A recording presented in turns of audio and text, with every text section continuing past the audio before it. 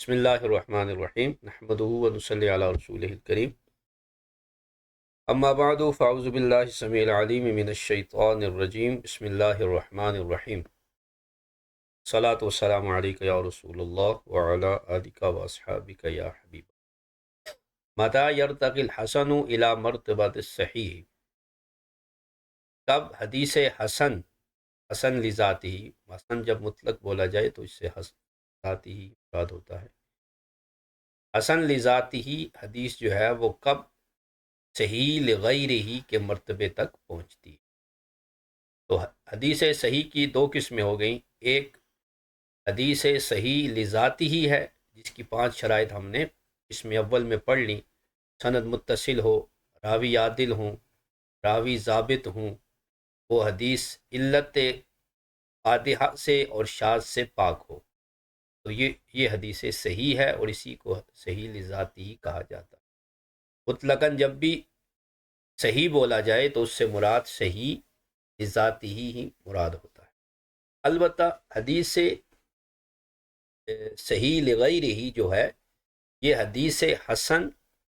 کے مجموعے کا نام ہے۔ جب حدیث حسن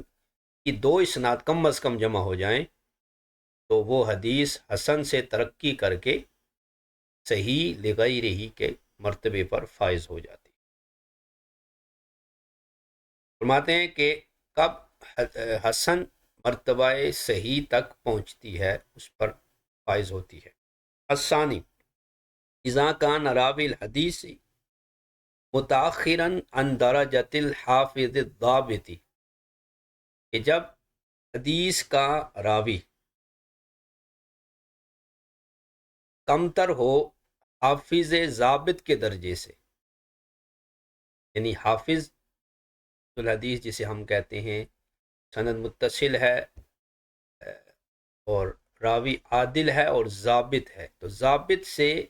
جب کم تر ہوگا، کامل الضبط نہیں ہوگا بلکہ جو ہے وہ ناقص الضبط ہوگا، لیکن مشہوراً بالصدق والستر، صدق سچائی کے ساتھ اور ستر سے مراد عدالت ہے۔ شارح نے سے مراد عدالت کو ذکر کیا ہے، امام سخاوی نے، یہ ہے العدالت، کہ جب راوی حدیث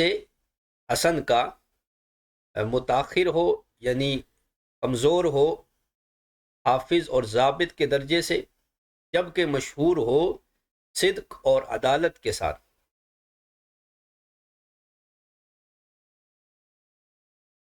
تو اس کی روایت کو حدیث حسن کہتے ہیں۔ فرویہ حدیثہ من غیر وجہ، پس جس نے یہ حدیث روایت کی جو ضابط سے کمتر ہے، اس کی حدیث کو کسی اور سند سے روایت کیا گیا۔ ایک یہ خفیف الضبط کی روایت ہے جو حدیث حسن ہے، اور اسی حدیث حسن کی ایک دوسری سند آگے ہی اسی حدیث کو دوسری سند سے روایت کیا گیا، تو قویہ، تو یہ حدیث قوی ہو جائے گی۔ وارتفع من الحسن الى الصحیح، اور یہ حسن کے درجے سے ترقی پا کر بلند ہو کر صحیح لغیرہ کے درجے تک پہنچ جائے گی۔ اب اس میں صرف ایک سند بھی کافی ہے، یعنی حسن کے ساتھ دوسری ایک سند آ جائے۔ اب یہ کہہ رہے ہیں کہ اس دوسری جو سند ہے اس کے راوی جو ہے یہ پہلے کے راویوں سے بھی مرتبے میں کم ہوں، او من وجہ واحد مساون لہو، یا جو دوسری سند آئی ہے یہ اس کے راوی پہلے کے برابر ہوں، کم تر ہوں یا برابر ہوں، دونوں صورتوں میں جو ہے وہ حدیث قوی ہو جائے گی، چونکہ دوسری حدیث جو ہے یہ اس کا مطابق بن جائے گی۔ وانجبر ذلک النقص الیسیر فی ضبطہ و حفظہ، لہذا اب وہ جو حدیث حسن میں ضبط اور حفظ میں جو کوتاہی تھی، کمزوری تھی، ورتفع حدیثہ، تو اس کمزوری کو ختم کر دیا گیا اور یہ حدیث اس کی درجہ حسن سے بلند ہو کر درجۂ صحیح تک پہنچ گئی، اور یہ صحیح کی دوسری قسم ہے جسے المسمى بالصحیح لغیرہ، جسے صحیح لغیرہ کہتے ہیں۔ اب اس کی مثال دیکھیں، شارح اس کی مثال ذکر کرتے ہیں، جیسے کا محمد ابن عمرو ابن علقمہ، جیسے محمد بن عمر بن علقمہ، فإنہ مشہور بالصدق والصیانت، یہ صدق و صیانت کے ساتھ مشہور ہیں، یعنی صدق و عدالت کے ساتھ، لیکنہ لیس من اہل الاتقان، لیکن یہ اتقان یعنی ضبط کے اعتبار سے اہل اتقان میں نہیں ہے، ضبط ان کا تام نہیں ہے، بحیث ضعفہ بعضهم من جہت سوء حفظہ، جبکہ بعض ائمہ نے سوء حفظ کی وجہ سے ان کو ضعیف قرار دیا، ووثقہ بعضهم لصدقہ وجلالتہ، اور بعض نے ان کو ثقہ قرار دیا ان کے صدق اور جلالت کی وجہ سے، فلذا اذا انفرد بما لم یتابع علیہ لا یرتقی حدیثہ عن الحسن، اسی واسطے اگر یہ کسی حدیث کو روایت کرنے میں اکیلے ہوں اور اس روایت حدیث میں کوئی ان کا متابع نہ ہو تو ان کی حدیث درجہ حسن سے ترقی نہیں کرے گی، حسن ہی رہے گی، کیونکہ بعض نے ان کو ضعیف کہا سوء حفظ کی وجہ سے اور بعض نے ثقہ کہا، لہٰذا ان کی حدیث یہ مقبول راوی ہوئے، صدوق راوی ہوئے، اور ان کی حدیث جو ہے وہ حسن ہے۔ لیکن فَإِذَا انضم إِلَيْهِ من هو مثله او اعلی او جماعت دونه ممن واضح مجموعہم ان جبر عدم اتقانہ وصار حدیثہ صحیحا، لیکن ان کے ساتھ انہی کے مثل، انہی جیسا کوئی دوسرا شخص یا ان سے اعلیٰ یا ان سے کم تر ایک جماعت کو اگر لاحق کر دیا جائے تو عدم اتقان کا جو نقصان ہے وہ پورا ہو جائے گا، اور ان کی حدیث سے صحیح لغیرہ بن جائے گی۔ یعنی خلاصہ یہ ہے کہ کوئی راوی اگر صدق و امانت کے ساتھ، صدق و عدالت کے ساتھ مشہور ہے، لیکن ضبط میں کوتاہی ہے سوء حفظ کی وجہ سے، تو اس کی روایت اکیلا ہو روایت کرے تو حسن ہے، اور اگر کوئی اور اس کی مطابعت کرے تو پھر اس کی حدیث کو حدیث صحیح لغیرہ قرار دیا جائے گا۔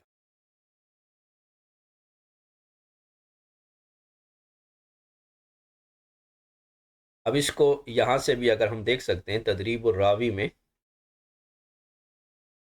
یہ تدریب الراوی ہے، اور یہاں سے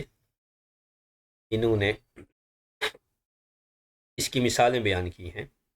حدیث مبارکہ میں۔ امام ابن صلاح نے بیان فرمایا کہ اس کی مثال یعنی صحیح لغیرہ کی مثال یہ حدیث ہے محمد بن عمر کی، یہ ہم پڑھ چکے ہیں ابھی، محمد بن عمر ان ابی سلمۃ عن ابی ہریرہ ان رسول اللہ صلی اللہ تعالی علیہ وسلم قال لولا ان اشق علی امتی لامرتهم بالسواک عند کل صلاۃ۔ اب یہ جو محمد بن عمر ہیں بن علقمہ، یہ جو ابھی ہم نے پڑھا ہے ان کے بارے میں، یہ مشہور ہیں صدق و امانت سیانت میں، لیکن اہل اتقان سے نہیں ہیں، بعض نے ضعیف قرار دیا اور بعض نے ان کو ثقہ قرار دیا، لہذا ان کی حدیث انہی کی جہت سے حسن ہے، لیکن ان کے ساتھ کوئی راوی ملا دیا جائے تو ہم صحت کا حکم لگائیں گے۔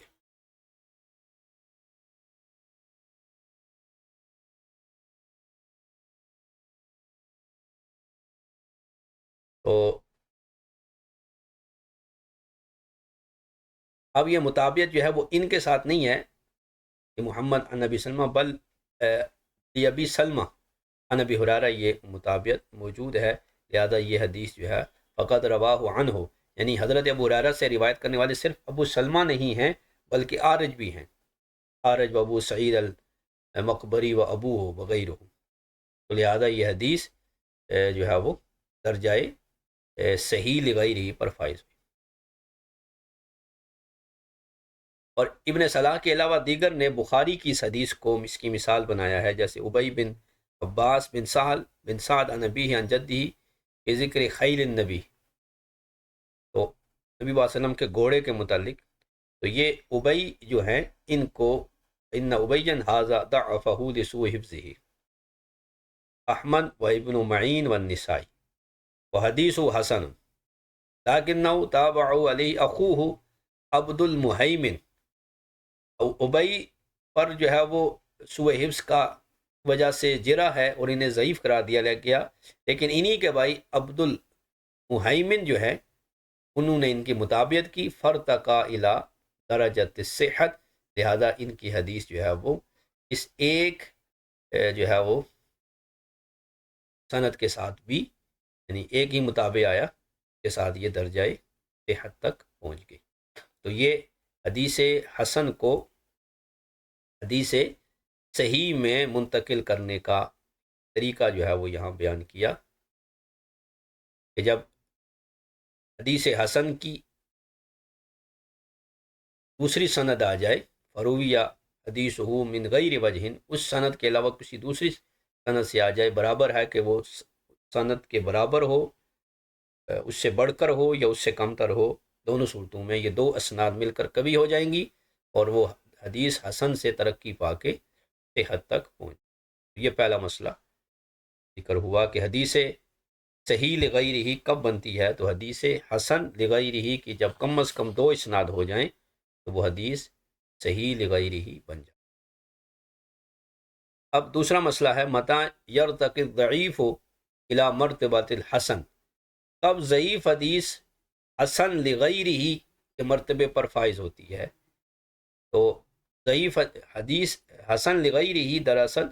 ضعیف حدیث کے مجموعے کا کم از کم دو اسناد ضعیف کی آئیں اور ضعف بھی جو ہے وہ جو بیان کریں گے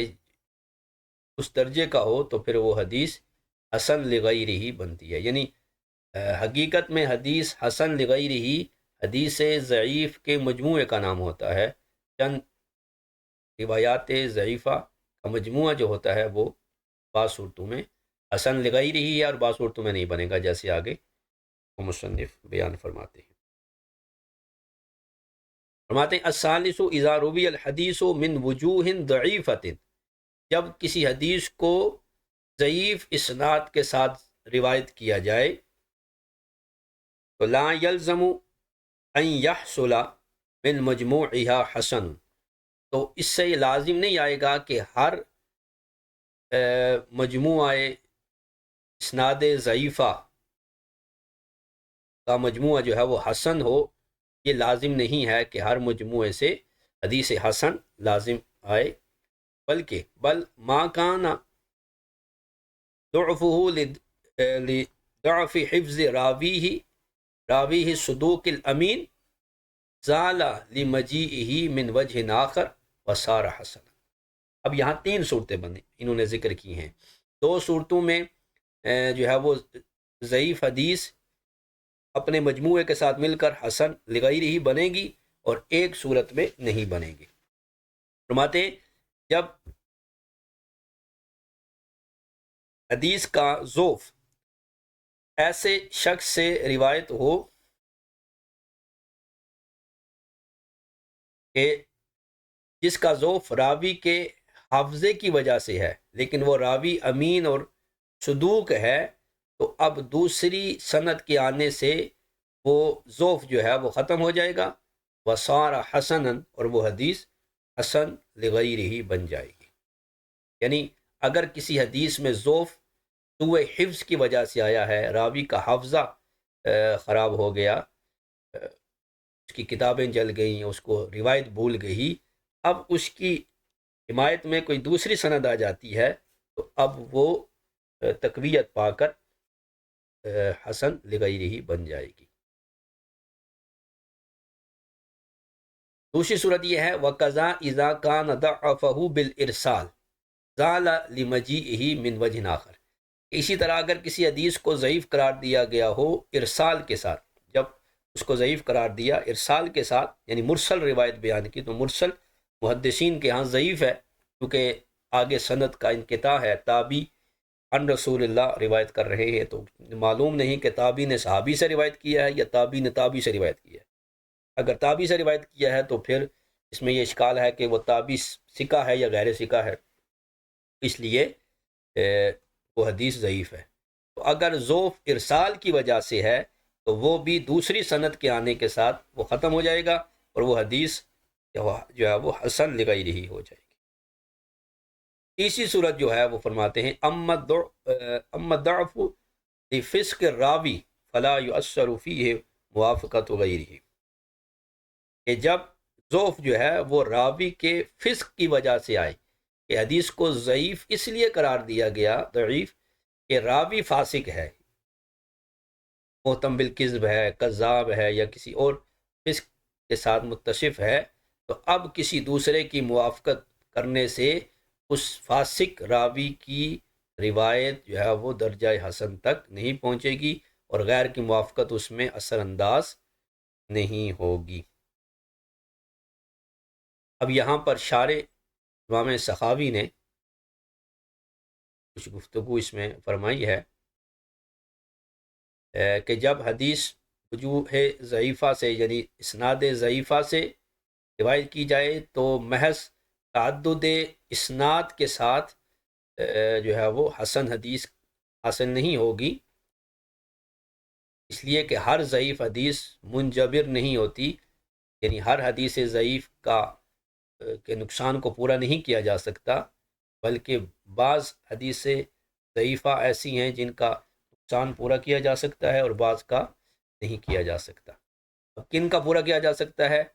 کہ جن کا ضعف سوء حفظ کی وجہ سے ہو، اب ولو باختلاط، یا تو اختلاط کی وجہ سے ہو گیا، یعنی راوی کا حافظہ بگڑ گیا، اسے حدیث یاد نہیں رہی، گڑمڑ کر رہا ہے۔ اسی طرح وہ راوی جو مجہول ہے، مجہول الحال ہے،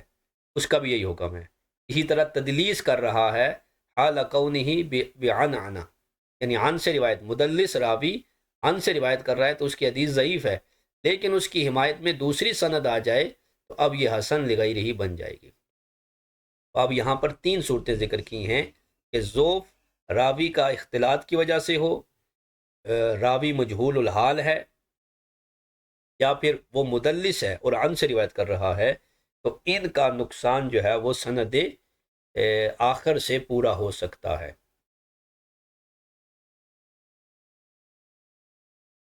یہ نقصان سند آخر سے پورا ہو جائے گا، حدیث حسن لغیرہ ہی ہو جائے گی۔ اس کی مثال دی ہے عاصم بن عبید اللہ بن عاصم الادبی، فإنه مع صدقه كان سيء الحفظ كثير الوهم فاحش الخطأ بحيث ضعفه الائمہ۔ یہ جو عاصم بن عبید اللہ بن عاصم الادبی ہیں، یہ صادق تو ہیں لیکن سیء الحفظ ہیں، کثیر الوہم ہیں، کثیر فاحش الخطا ہیں، اور ائمہ نے ان کو ضعیف قرار دیا، لیکن ان کی مطابقت اگر ان کی حدیث کی کوئی کرے گا تو ان کی حدیث حسن لغیرہ ہی بن جائے گی۔ اور اسی طرح حسن لحشیم المدلس، حشیم جو مدلس راوی ہیں ان کی روایت بھی، جو روایت عن سے کرتے ہیں ماتوب علیہ، جب ان کی مطابقت کی جائے گی تو حسن حشیم کی روایت بھی حسن لغیرہ ہی بن جائے گی۔ یہ پہلی صورت ہے۔ دوسرا یہ ہے کہ حدیث ضعیف ہو ارسال کے ساتھ، مرسل، تو اب اس کی حمایت میں دوسری سند مسند آ جائے، ولو کان ضعیفا، یہ بات سمجھنے کی ہے کہ ایک مرسل روایت ہے وہ صحیح بھی ہو سکتی ہے، یعنی اس کے مرسل کا مطلب یہ ہے کہ جہاں تک وہ ارسال ہے وہاں تک راوی ثقہ ہیں، لیکن جو مسند آئی ہے اس میں ضعیف راوی بھی ہیں، تو یہ مسند روایت ضعیف راویوں کے ساتھ بھی، یعنی سند متصل یا مسند روایت جو ہے وہ ضعیف بھی ہو تو وہ مرسل کی مطابق بن سکتی ہے اور حسن لغیرہ ہی مجموعہ کے طور پر بنے گی۔ اسی طرح مرسل کی حمایت میں مرسل آ جائے تو دو مرسل بھی آپس میں مل کر یہ حسن لغیرہ ہی بن جاتی ہے۔ تو یہ انہوں نے جہاں تک بیان کیا، یہ صورتیں تقریباً 5 بنتی ہیں: راوی کا اختلاط، راوی کی مجہول الحالت ہونا، اور اس کا مدلس ہونا، اور دوسرا یہ ہے کہ مرسل کے مقابلے میں مسند ضعیف روایت آ جائے، یا مرسل کے مقابلے مرسل آ جائے، تو ان ساری صورتوں میں یہ ایک دوسرے کی جو ہے وہ حمایت میں مجموعہ جو ہے وہ حسن لغیرہ ہی بن جائے گا۔ تیسری صورت جو بیان کی ہے کہ ضعف اگر راوی کے فسق کی وجہ سے ہو، فاسق ہے، یا اتہام بالکذب ہے، یا کثرت کے ساتھ منکر روایات کرتا ہے تو اب جو ہے وہ فلا یؤثر فی موافقت غیری ممن ہوا مثلہ لہو، یعنی پھر اس کی مطابقت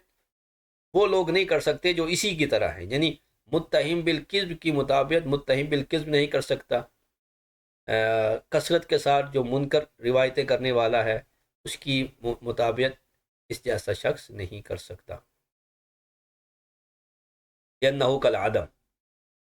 کی مثال جو ہے وہ کالعدم، اس پر انہوں نے مثال بیان کیا ہے کہ وہ جو پانی دھوپ میں گرم کیا جائے اس کی مثال ہے۔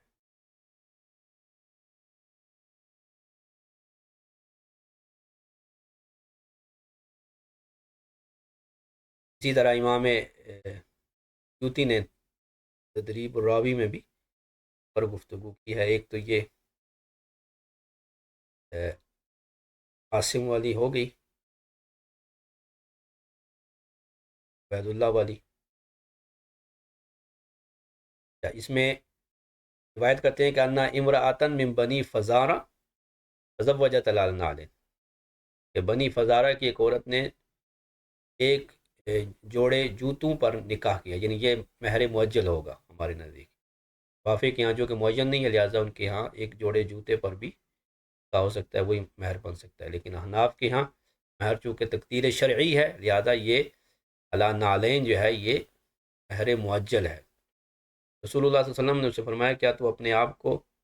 دو جوڑے یعنی ایک جوڑے پر جو ہے وہ راضی ہے؟ اس نے عرض کی کہ ہاں نعم، تو اس نکاح کو جائز۔ امام ترمذی فرماتے ہیں کہ اس باب میں حضرت عمر سے، حضرت ابو ہریرہ، عائشہ صدیقہ، حضرت ابو حضرت روایات مروی ہیں، تو عاصم ضعیف ہیں وہ حفظ کی وجہ سے، لیکن حسن ان کی حدیث کو قرار دیا امام ترمذی نے، اس لیے کہ اس کی دوسری سند سے بھی یہ روایت آئی،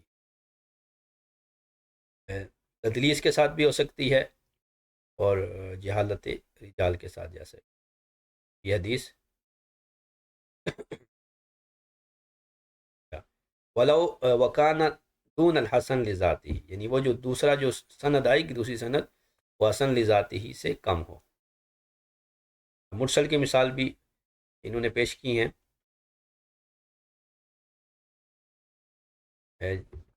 امام ترمذی نے اس کو حسن کرا دیا، حشیم عن یزید بن ابی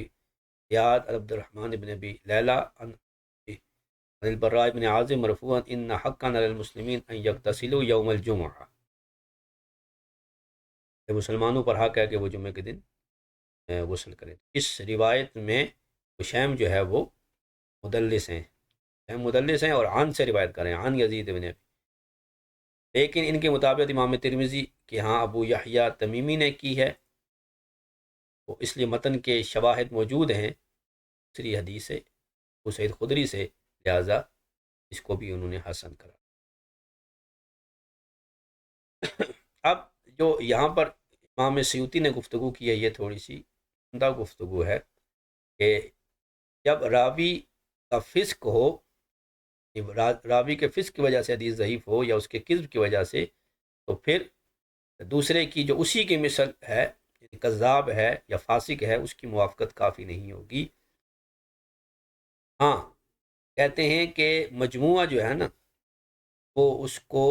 بلند کرے گا یہاں تک کہ اس کی روایت منکر ہو جائے گی، او لا اصل لہو، یعنی ان سے منکر اور لا اصل لہو سے بلند کر دے گی۔ اور شیخ الاسلام امام ابن حجر اسقلانی نے فرمایا کہ بلکہ بعض صورتوں میں کثرت طرق سے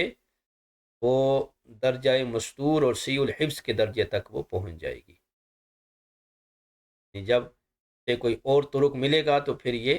ضعیف کے قریب ہو جائے گی، اور پھر کوئی یعنی جب سی الحفظ کے درجے پر پہنچے گی کوئی اور ضعیف طرق بھی اگر مل جائے تو پھر یہ حدیث ترقی کر کے درجہ حسن تک پہنچ، یعنی فاسق راوی کی مطابقت اگر غیر فاسق کرے تو وہ درجہ مستور اور صحیح الحفظ کے درجے تک پہنچ کر ضعیف حدیث بنے گی۔ اب اس کی اگر حمایت میں کوئی اور ضعیف حدیث بھی آ گئی تو وہ ترقی کر کے درجہ حسن تک۔ یہ آج کا وقت تھا۔